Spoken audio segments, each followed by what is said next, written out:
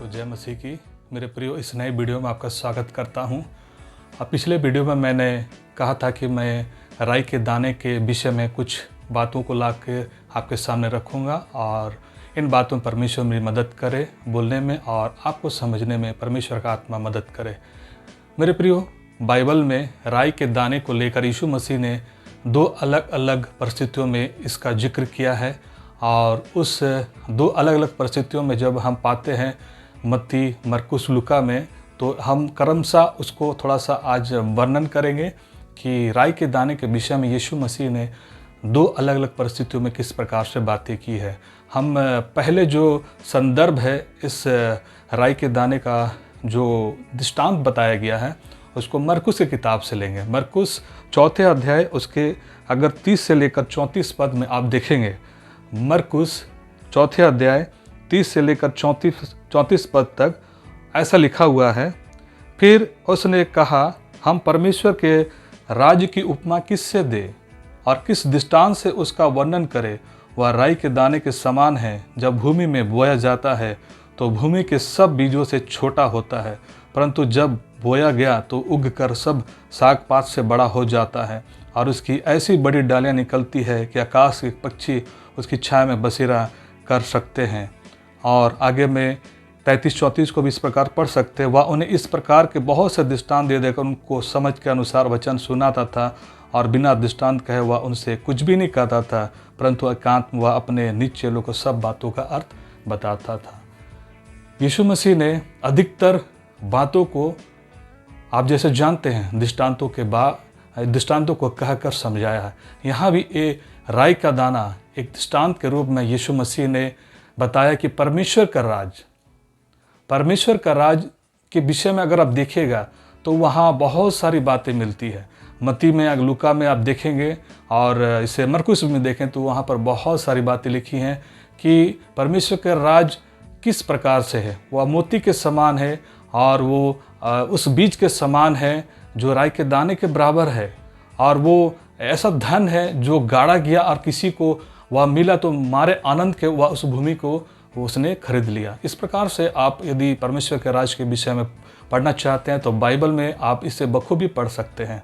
तो इस समय जो राई के दाने का जो दृष्टांत यहाँ पर हम पाते हैं, लिखा है कि यह परमेश्वर का राज्य ऐसा काम करता है। ये एक छोटा राई का दाना जब सब बीजों में छोटा होता है, वह छोटा परंतु मजबूत होता है, और उसे जब बोया जाता है तो वह धीरे धीरे जब बड़ा होता है तो सब पौधों से वह राई का दाना इतना विशाल हो जाता है कि पक्षी आकर उस पर बसेरा करते हैं। यानी एक विश्वास जो राई के दाने के बराबर है, जब हमारे अंदर में बोया जाता है और जब वह फलता फूलता परमेश्वर की ओर से बढ़ाया जाता है तो इतना विशाल हो जाता है कि और भी लोग उससे आशीष पाते हैं। बहुत सारे पक्षी आकर उसमें बसेरा करते हैं, ऐसा लिखा हुआ है। ये दृष्टांत यहाँ पर उसके राज्य की बढ़ोतरी और उसके राज्य के फैलना और परमेश्वर के राज्य का विस्तारीकरण के विषय में बताया गया। मेरे प्रियो, यहाँ यीशु मसीह ने कहा है यह राज्य तुम्हारे बीच में ऐसे काम करता है। वो विश्वास के साथ जब वो बोया जाता है और जब फलता है और बढ़ता है तो सब पौधों से वो बड़ा होता है, इससे दूसरे लोग भी आशीष पाते हैं। और इसी राई के दाने को हम लोग दूसरे अध्याय में जब देखते हैं उसको हम लोग निकालेंगे मत्ती 17:20, जहाँ पर मैं इस संदर्भ को बताना चाह रहा था कि हमारा विश्वास को प्रभु यीशु ने क्यों राई के दाने के बराबर तुलना किया है। यह बात तो समझ में आती है कि जब यह बीज बोया जाता है, जब बड़ा होता है तो ऐसा होता है कि बहुत सारे पक्षी आकर इसमें बसेरा करते हैं और बहुत सारे लोग इसी प्रकार से आशीष पाते हैं। लेकिन यहाँ पर 17:20 में हमारा विश्वास को यीशु मसीह ने उस छोटे बीज से तुलना की है। ऐसा क्यों? विश्वास को छोटे बीज से तुलना क्यों किया गया? ये बात अगर सुनने और समझने की कोशिश की जाए तो हमारे लिए थोड़ा आश्चर्य भरा होगा, लेकिन इसमें बहुत ही बड़ा भेद और गहरी बातें हैं जिसको आज हम वचन के द्वारा सुनेंगे और सीखेंगे। मत्ती 17:20 में ऐसा लिखा है, मैं इसे पढ़ देता हूँ। मत्ती 17:20, उसने उनसे कहा, अपने विश्वास की घटी के कारण, क्योंकि मैं तुमसे सच कहता हूँ, यदि तुम्हारा विश्वास राई के दाने के बराबर भी हो तो इस पहाड़ से कह सकोगे, यहाँ से सरक कर वहाँ चला जा, तो वह चला जाएगा और कोई बात तुम्हारे लिए असंभव ना होगी। यहाँ जो घटना चल रही है मेरे प्रियो, एक दुष्टात्मा ग्रस्त बालक को उसके परिजन चेलों के पास लाते हैं और उन्हें निकालने के लिए कहते हैं, जबकि उस समय यीशु मसीह कुछ समय के लिए कुछ चेलों के साथ अलग स्थान में था। जब यीशु मसीह वापस अपने बाकी चेलों से मिलते हैं तो वहाँ देखे कि थोड़ा सा भीड़ भाड़ है, वहाँ क्या हो रहा है।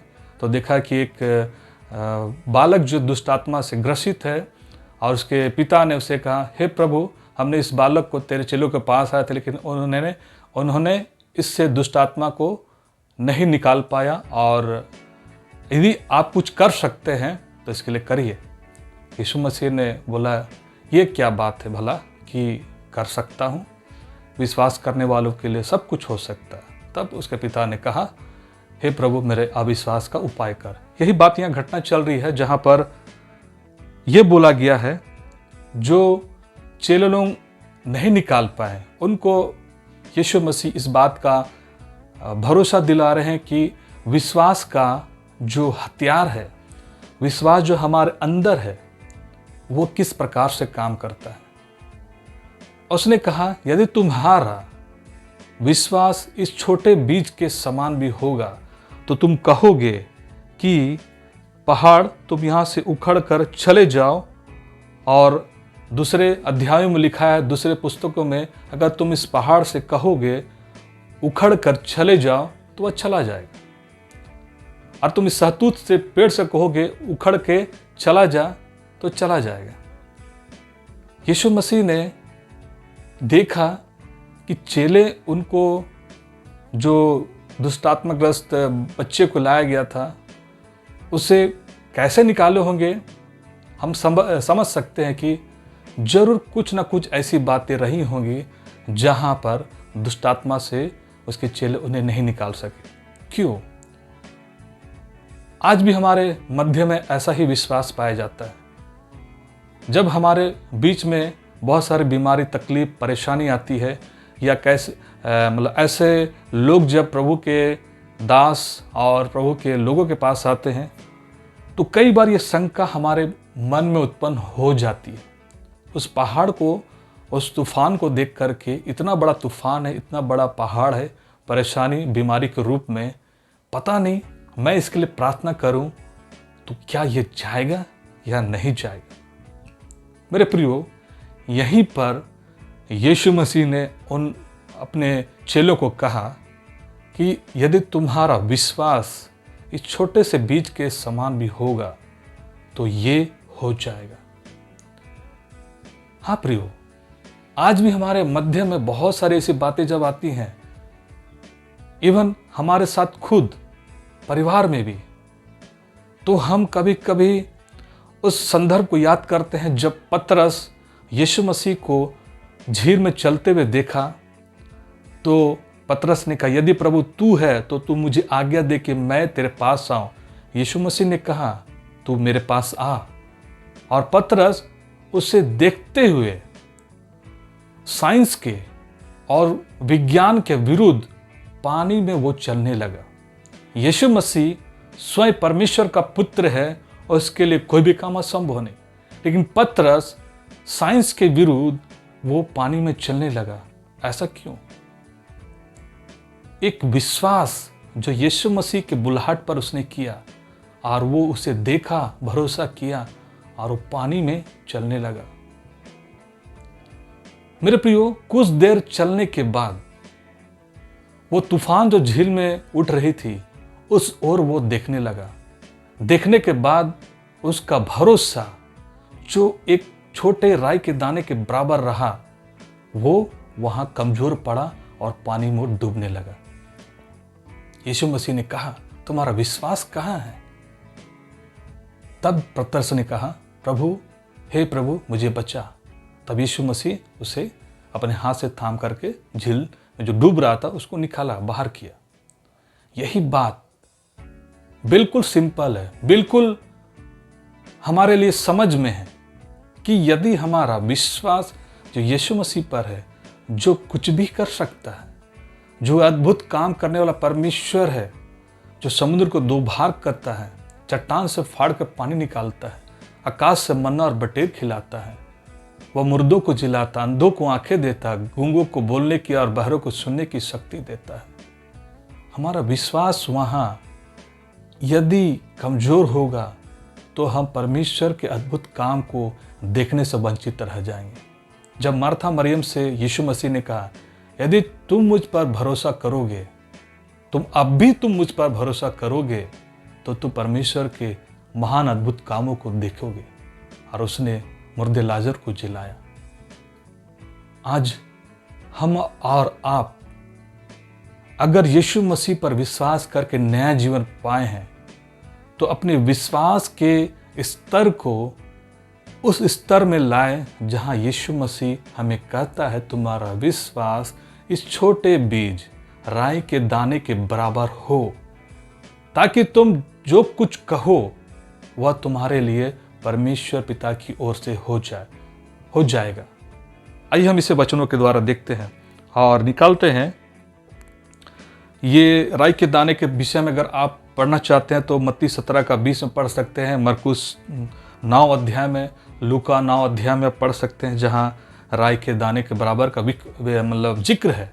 और वो घटना उस दुष्टात्मा से ग्रसित बच्चे के, जब उस समय वो परिस्थितियाँ चल रही थी, तब वो ये बात बोला गया। हम इसको थोड़ा सा और खुलकर बातचीत करते हैं कि हमें जो विश्वास करना है वो बाइबल हमें कैसा विश्वास के विषय कहती है, यीशु मसीह हमें कैसा विश्वास करने के लिए कहता है, और हम संसार में कैसा विश्वास कर रहे हैं। निकालेंगे मत्ती उसके 21 अध्याय, मत्ती उसके 21 अध्याय निकालेंगे। हालेलुया, परमेश्वर की स्तुति धन्यवाद हो।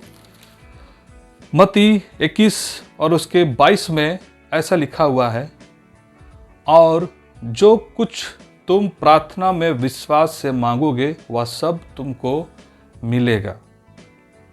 और आगे यदि आप पढ़ेंगे 21 पद में, यीशु ने उनको उत्तर दिया, मैं तुमसे सच कहता हूँ, यदि तुम विश्वास रखो और संदेह ना करो तो ना केवल यह करोगे जो इस अंजीर के पेड़ से किया गया, परंतु यदि इस पहाड़ से भी कहोगे उखड़ जा और समुद्र में जा पड़ तो यह हो जाएगा। मेरे प्रियो, यहाँ पर जो विश्वास की बातों को यीशु मसीह ने बताया है कि यदि तुम पहाड़ से कहोगे कि उखड़ के जा कर के समुद्र जा मिल जा तो यह हो जाएगा। यहाँ पर एक घटना चली जब यीशु मसीह अपने चेलों के साथ रात बैतनिया बैतफगे के क्षेत्रों में बिता करके यरूशलेम की ओर जा रहा था।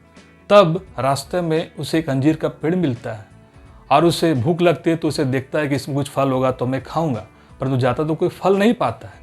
तब उसने कहा कि यह पेड़ सूख जाए। और मत्ती, मरकुस, लूका में ऐसे लिखा हुआ, कहीं लिखा हुआ कि वह पेड़ तुरंत सूख गया, और कहीं लिखा हुआ कि वह दूसरे दिन उसे पाया गया कि वह पेड़ सूख गया था। तो यहाँ पर उदाहरण देते हैं प्रभु यीशु अपने चेलों को, यदि तुम विश्वास करोगे और पहाड़ से कहोगे कि समुद्र में जा मिल जा तो मिल जाएगा। यदि तुम्हारा विश्वास इस प्रकार हो और जो कुछ तुम प्रार्थना में मांगो वह तुम्हारे लिए परमेश्वर के नाम से हो जाएगा। यह अंजीर के पेड़ का दृष्टांत है, दृष्टांत ही बोल सकते हैं, और घटना भी घटी थी कि वहाँ पर प्रभु यीशु ने उस अंजीर के पेड़ में, वो जो कि फल का समय नहीं था और हरे पत्तों को छोड़कर कुछ नहीं था, और इसमें अगर और एक मीनिंग को हम लोग या इसमें प्रकाशन को निकालेंगे तो वो हरा पेड़, बहुत कोई हमारे विश्वासी जीवन में हम मसीह कहलाते हैं, लेकिन हमारे अंदर में केवल कुछ कुछ समय ही वो आनंद और खुशी पाया जाता है, जबकि हमें हमेशा प्रसन्न और आनंदित रहना है। हम हरे रहें और हमेशा फलदार रहें। वो फल का समय नहीं था, पत्ते हरे थे, प्रभु ने कहा या पेड़ में फल नहीं या सूख जाए, और वह सूख गया। हमारे जीवन में हमेशा हम हरियाली में रहें और हमारे अंदर फल भी रहे, और यह फल आत्मा के वरदानों के द्वारा उसके जो फल है 9 फल वो हमारे अंदर में कार्य करते हैं, तब हम फलदायी होते हैं। हम उस बहते हुए जल, बहते हुए नदी के किनारे, बहते हुए नाले के किनारे लगाए हुए वृक्ष के समान होते हैं, जो सालों भर फलदायी होता है और दूसरों को फल देता है। मैं एक बात बताना चाहता हूँ, जो फल देने वाला पेड़ है, आपको जानकारी होगा, वो हमेशा झुका रहता है। जिसका अंदर में फल होगा वह झुका रहेगा, वो दीन होगा, नम्र होगा। मेरे प्रियो, विषय ये नहीं है, लेकिन विषय ये है कि विश्वास हम जो कर रहे हैं इस संसार में और विश्वास वह जो बाइबल हमें बोलती है उसमें कितना अंतर है। यीशु मसीह का ये वचन आप ध्यान से जब इसे मनन कीजिएगा तो क्यों विश्वास के विषय में उसने बड़े दाने का विश्वास के बीज का क्यों जिक्र नहीं किया? क्यों एक राई के दाने के बराबर का विश्वास को तुलना किया विश्वास से? वह बीज राई का दाना ही क्यों लिया गया? वो कोई दूसरा दाना हो सकता था, बड़ा दाना हो सकता था, बहुत फलदायी, बहुत सुंदर, बहुत अच्छा दाना के विषय में बोल सकते थे।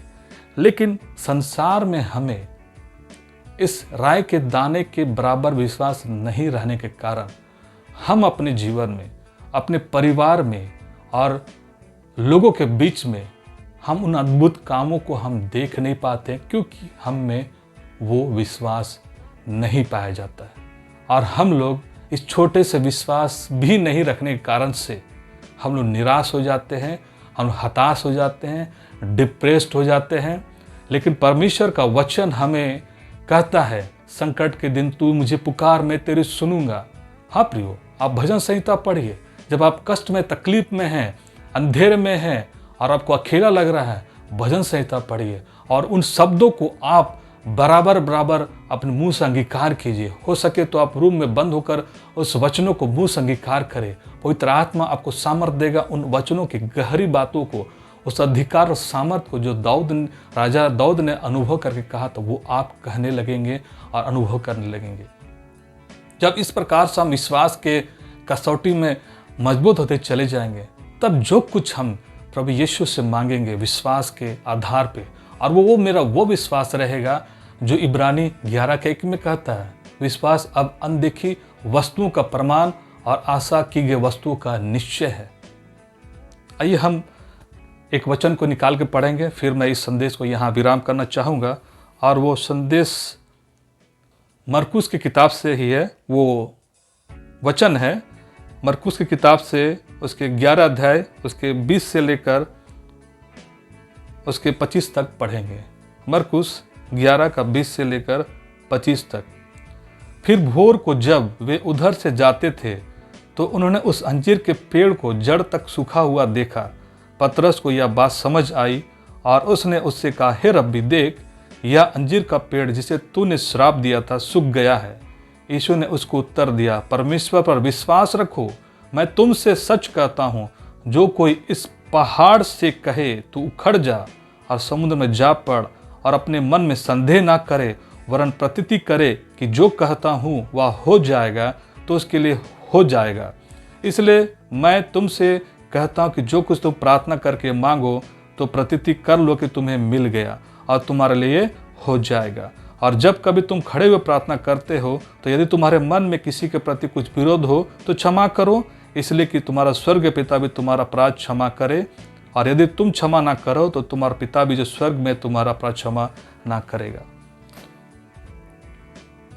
अब आप इस वचन के द्वारा आप समझ सकते हैं कि यीशु मसीह ने 22 पद में लिखा, यीशु ने उसको उत्तर दिया, परमेश्वर पर विश्वास रखो और तुम इस पहाड़ से कहो तू उखड़ जा, तो वह उखड़ कर समुद्र में जा पड़ेगा।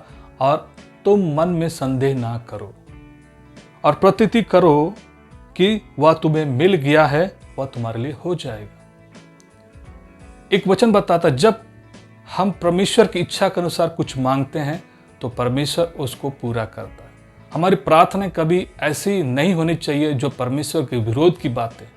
आपको ये विवेक और बुद्धि के द्वारा परमेश्वर का आत्मा समझाएगा।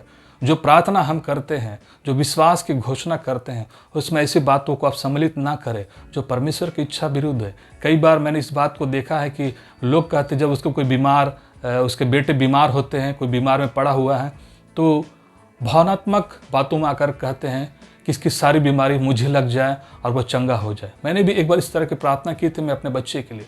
तब मुझे प्रभु के दासों ने और वचन के द्वारा मैंने इस बात को सीखा, इस तरह की प्रार्थना गलत है। ऐसी कोई प्रार्थना आप अपने प्रार्थना में ना रखें, शब्दों को ना रखें, अपने जो डिमांड है, निवेदन है, उसको ऐसा ना रखें जो परमेश्वर की इच्छा के अनुसार नहीं है। वह मांगे जो परमेश्वर की इच्छा के अनुसार है। यानी उसमें आपको एहसास होगा परमेश्वर का दया, अनुग्रह, उद्धार, छुटकारा, चंगाई, वो बातें परमेश्वर की इच्छा में होगी। यदि कोई बीमार है तो आप उसके लिए प्रार्थना कर सकते हैं और विश्वास की प्रार्थना के द्वारा रोगी चंगा हो जाएगा, लिखा है। तो आप ऐसे वचन के आधार को रखते हुए प्रार्थनाओं को मांगे और विश्वास करें कि आपके प्रतीति करने के द्वारा और आपके मांगे जाने के द्वारा वह यीशु मसीह के नाम से पूरा हो गया। संदेह ना करें मेरे प्रियो। विश्वास हमारे अंदर बहुत बड़ा हो ऐसा नहीं है। हमारे अंदर एक विश्वास छोटे बीज के समान भी हो तो बहुत बड़ा प्रभावशील काम को दिखाएगा, बहुत प्रभावशील बातों को प्रकट करेगा। यही नहीं होता है, हम बड़े बड़े बातों को करते हैं और उसके बाद हमारा विश्वास इस छोटे दाने के बराबर भी नहीं होता है। हम भाग जाते हैं, हम इधर उधर ताकते रहते हैं। लिखा है, शापित है वह मनुष्य जो किसी मनुष्य पर भरोसा करता है, लेकिन वह धन्य है वह जो परमेश्वर पर भरोसा रखता है। आप इसे आजमा कर देखें। प्रभु कहते हैं अपने वचन में, परख कर देख मैं कितना भला हूं, चख कर देख मैं कितना भला हूं। बहुत सारे उदाहरण पढ़े हैं, आप बाइबल पढ़िए, उसमें ऐसे बहुत सारे परमेश्वर के चुने हुए लोग हैं जिन्होंने विश्वास के द्वारा कई बड़े बड़े अद्भुत कामों को अपने जीवन में होते हुए देखा है। इब्रानी 11 अध्याय में इसको पढ़ सकते हैं आप। गलातियों की पुस्तक में विश्वास के विषय में बहुत अच्छी तरह से पौलुस ने कहा है, उन बातों को पढ़ सकते हैं। आज समय है कि मौजूदा हालात में हमको अब मसीह में बालक नहीं परंतु सियाना बनना है। प्रभु कहते हैं बालकों को मेरे पास आने दो और इन्हें मना मत कर, क्योंकि परमेश्वर का राज ऐसो ही का है। परमेश्वर के राज के लिए हमें बालक के समान हमारा हृदय होना चाहिए। हमें दीन, नम्र और दूसरों को क्षमा करने वाला होना चाहिए। जैसे मरकुस में बोलता है, जब हम इस तरह की प्रार्थना करते विश्वास के द्वारा, और देखो मैंने तो प्रार्थना की थी, विश्वास की प्रार्थना की थी, राई के दाने के बराबर की प्रार्थना की थी, लेकिन अगला वचन में ये बात जोड़ा गया है, यदि तुम्हारे मन में किसी के प्रति कुछ है तो उसे क्षमा करो। अपना हृदय को हम परमेश्वर के योग्य बनाएं और फिर जाकर हम इन विश्वास की कसौटी में हम विश्वास की घोषणा करें तो अद्भुत रीति से वो होगा। लेकिन हमारे अंदर बहुत सारी ऐसी बातें रहती हैं, हम दूसरों को क्षमा नहीं करते, दूसरों के विषय में बहुत सारे गलत बातों को रखते हैं और हमारा मन अशुद्धता से भरा रहता है। तब हम ये बोलें कि हमने तो ये विश्वास करके घोषणा किया था पर हुआ क्यों नहीं। मेरे प्रियो, प्रभु इस बात में बोलते हैं यदि तुम्हारे मन में है तो उसे निकाल। अब्राहम, नूह, मूसा, यहोशू, दानियल, एलीशा, एलिया, पौलुस, पतरस, यिर्मयाह, यशायाह, यहेजकेल, उदाहरण भरे पड़े हैं। आप इनके विश्वास को देखें, इनके जब परमेश्वर के पास आए तो इनका जीवन परमेश्वर के साथ कैसा था, फिर जाके इन्होंने अद्भुत कामों को परमेश्वर पर विश्वास करके देखा और लोगों ने भी देखा है। विश्वास कीजिए, प्रभु में बने रहिए, अशुद्धताओं से बचे रहिए, मन को शुद्ध रखिए। कोई चीज़ बाहर से आकर हमें अशुद्ध नहीं करती है, जो मन में है वही हमारे मुंह से निकलता है। आप क्या बोल रहे हैं उसको ध्यान कीजिए, आप क्या सोच रहे हैं उस पर ध्यान कीजिए। आपका मन शुद्ध रहेगा, परमेश्वर का आत्मा आप में निवास करेगा और परमेश्वर की सहभागिता में आप रहेंगे, परमेश्वर के सुरक्षा के बाड़ा में आप रहेंगे और जो कुछ आप कहेंगे परमेश्वर के नाम से, यीशु मसीह के नाम से, वह उस विश्वास के समान होगा जो राई के दाने के बराबर है और वो यीशु मसीह के नाम से हो जाएगा और आपको धन्यवाद करना है। बीमार हैं, धन्यवाद कीजिए, प्रभु आपके कोड़े खाने से मैं चंगा हो गया और आने वाले समय में प्रभु आपने मुझे चंगा कर दिया। मैं इस बात की घोषणा करता हूँ, करती हूँ। घोषणा करें। कोई ऐसी चीज़ें दिखाई दे रही है तो अधिकार सामर्थ लाएं। परमेश्वर यीशु मसीह के नाम से मैं इन बीमारी को, इन परिस्थितियों को मैं घुड़कता हूँ, मैं आज्ञा देता हूँ कि इसके जीवन से, इसके परिवार से, मेरे जीवन से निकल जाए यीशु के नाम से, सामर्थ से, यीशु मसीह के नाम से। यीशु मसीह ने कहा है जो मैं ये करता तुम इससे भी बड़े बड़े काम करोगे। ये तब होगा मेरे प्रियो जब हम एक परमेश्वर के साथ निजी संबंध बना कर रखते हैं और उसके वचनों के साथ हम चलने की कोशिश करते हैं और परमेश्वर का आत्मा हमें लेके चलता है। तब एक विश्वास हम में काम करता है। यदि आप एक रिश्ता को परमेश्वर के साथ नहीं बनाए हैं और इन बातों को अब बोलेंगे कि मैं ऐसा कर रहा हूँ और ऐसा इसका कोई रिजल्ट नहीं आ रहा है, मैं ऐसा सब कुछ कर रहा हूँ, तो याद रखिए उस धनी व्यक्ति ने भी यीशु मसीह से कहा मैं सब कुछ करता हूँ, बालक बचपन से करता आया हूँ, सब आज्ञाओं को मानता, सब कुछ करता हूँ। तब यीशु मसीह ने कहा तुझ में एक बात की घटी है, जा अपना धन कंगालों को खिला दे। और बहुत धनी था, वो वापस भागा। हमारे अंदर में बहुत सारी सी बातें हैं, यीशु मसीह जानता है, उन बातों को निकाल दे। तब आप देखिए आप परमेश्वर के अनंत राज्य में बड़े आनंद के साथ प्रवेश करेंगे। प्रभु इन वचनों के द्वारा आपको आशीष दे और विश्वास का ये अंतर जो हम करते हैं संसार में और बाइबल हमें क्या कहने के लिए करती है और क्या करने के लिए बोलती है, उसको आपने समझा। और प्रार्थना करें कि इस विश्वास में प्रभु यीशु आपको आत्मा में ताकत दे, सामर्थ दे, वचन से भरे, वचन के सामर्थ को अनुभव करें, परमेश्वर के आत्मा से भरे रहे और प्रभु का आनंद में बने रहे और दूसरों के लिए आशीष का कारण ठहरे। धन्यवाद मेरे प्रियो, इस वचन को सुनने के लिए धन्यवाद।